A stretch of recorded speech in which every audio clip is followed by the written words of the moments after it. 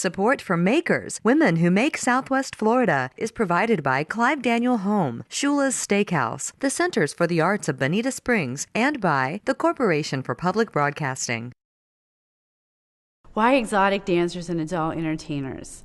I'm passionate about reaching out to this populace, not just because of the awareness of many of them have been sexually abused, exploited, and trafficked, but I myself am an overcomer of the industry, and when I was able to finally get out and get free of it, I wanted to provide resources to individuals that wanted a change of lifestyle.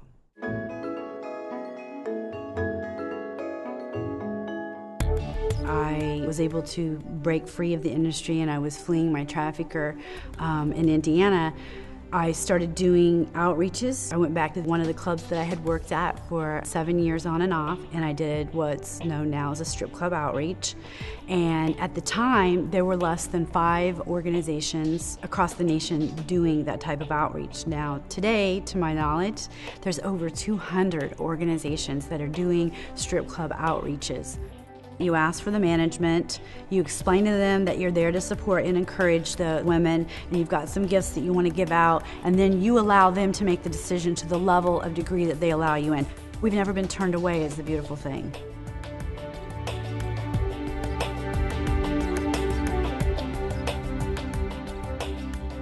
I was working at the time 5 part-time jobs, barely making ends meet, and I thought, you know what, I'll just do it for few years. Nobody needs to know about it. In my situation, it ended up being not just the sex trafficking, but also the labor trafficking, because the individual had a business and knew that I was struggling with working in the adult entertainment industry.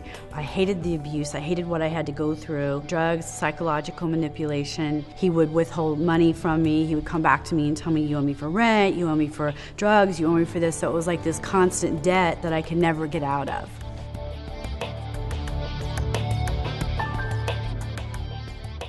The next time the phone calls and the emails and all that stuff happened, then I was able to put up a strong enough boundary that I didn't return to it. I've really only started talking about my personal experience within the last couple of years. In 2003, I was hired as the full-time bookkeeper at Sanibel Community Church, and they really took me under their wing. They loved the vision of Beauty from Ashes. Beauty from Ashes comes from the scripture Isaiah 61, 1-3, which, paraphrased, it talks about how God is drawn to the brokenhearted. I met my husband in May of 2003, and we were married by the end of the year. And my husband is a saint, and he married a mess. He stood beside me through the healing process, which got ugly and messy. Now that I have my master's degree from Florida Gulf Coast University in clinical mental health counseling, I'm able to now work with other individuals and even my staff to train them to assess what the needs are. And I removed the rescue once I got into grad school and realized that even from a clinical perspective that we really, from a professional helper, it's not about rescuing people. What Beauty from Ashes is doing, our mission is to prevent, reach, and restore victims of sexual abuse, exploitation, and sex trafficking.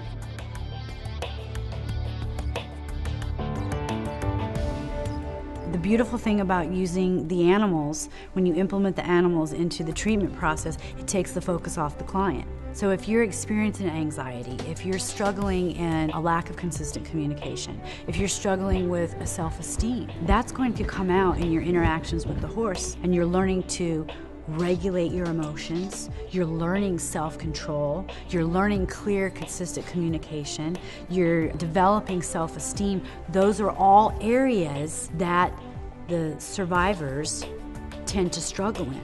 It's been difficult because the society as a whole will judge adult entertainers, individuals that get involved in the sex for sale industry.